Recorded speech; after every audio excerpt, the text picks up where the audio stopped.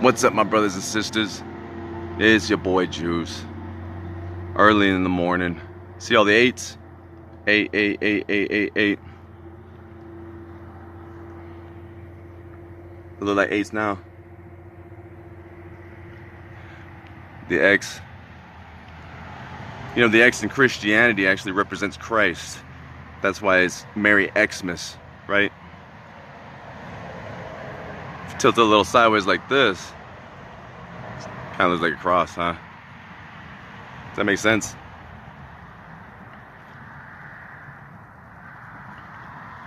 Yeah.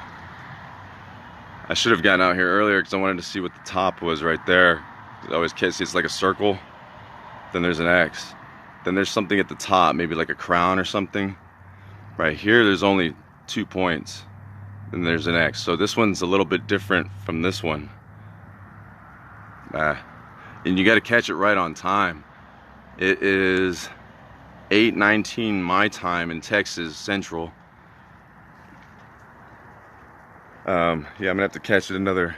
Anyways, wanted to show you all that and start off with that because it's been a while since I've seen that myself.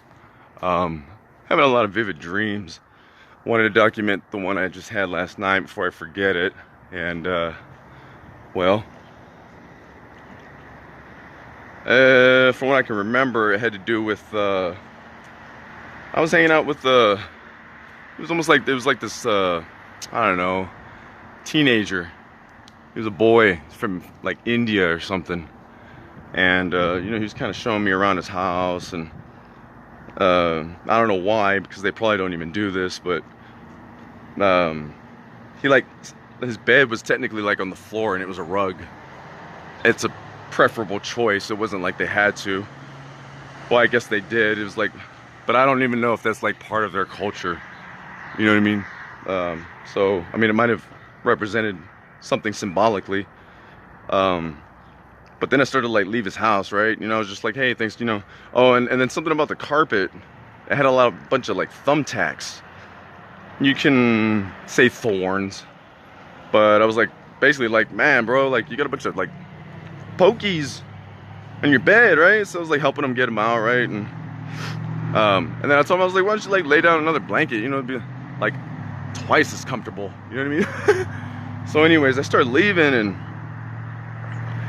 he had this Dodge Dakota, and I was like, man, I used to have the same truck when I was your age, right? Like, so I got in his truck, and he was basically like, hey, check this out. And, you know, we started like reckless driving, doing donuts, like launching off of stuff, and I was just like, oh man, I was having a ball, right?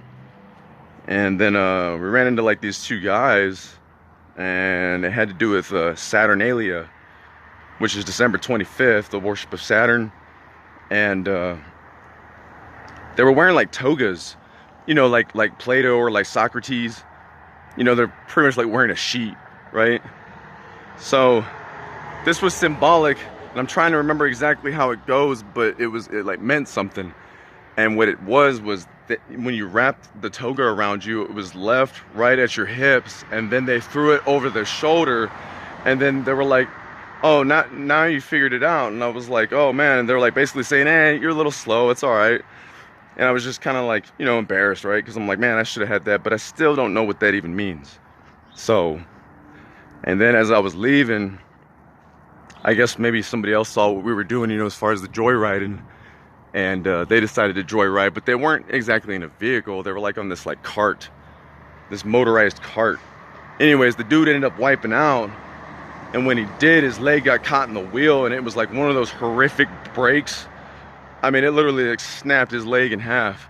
So, you know, there's like blood and all that. It was horrific, right? And like we ran up to him and like went to help him, and then I woke up. And I'm not quite sure what it means. And I usually have pretty vivid dreams. I usually remember them detail for detail.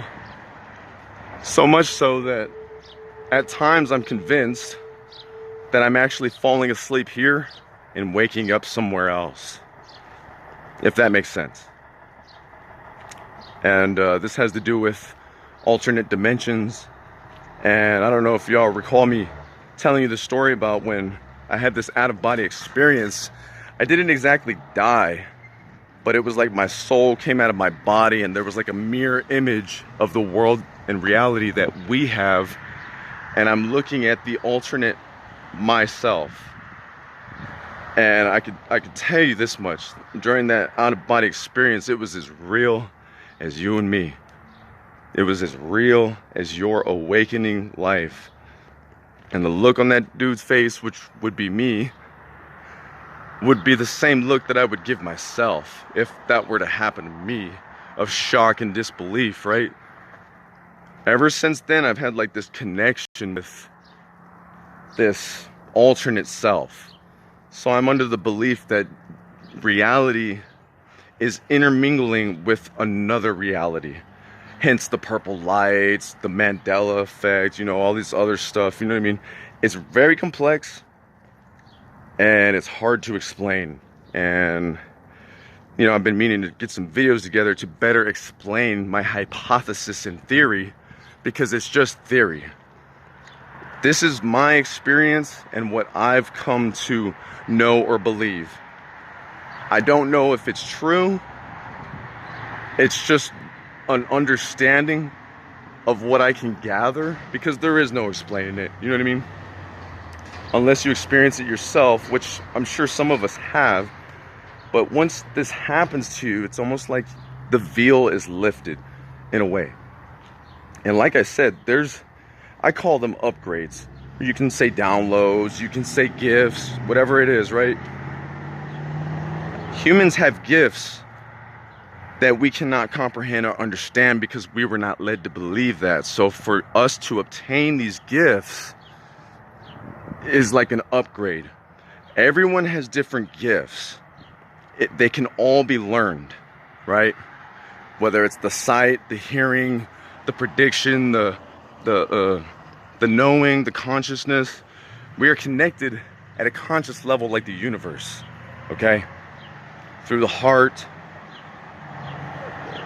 The number 8 has also led me to this discovery that it has to do with magnetism and torsion, which is technically the portal. You can say it's God. Some people call it God, other people call it science, whatever you will. It's what it is, though. It's magnetism. When you look at the polar. So you'll have two, right? If you look at the Earth and you look at the way the magnetism is, it's literally a big circle. There's Earth, and then there's another circle. It's literally the number 8. And a lot of people, or Christians, associate the number 8 with being evil, or of the devil, the infinity sign. I beg to differ. The number 8 is throughout your text in the Bible, left and right, all day. And I don't know why people say infinity symbol, and infinity, the number 8, is evil, because isn't God or Creator the Alpha and the Omega, the infinite, the beginning and the end? That would literally be infinity, the number 8. That is God, Creator, whatever you will. I don't understand why people say it's evil. Is it because it's a symbol of a snake eating its own tail? What if I took that away and just showed you the number 8? How would you look at it then? Correct? No?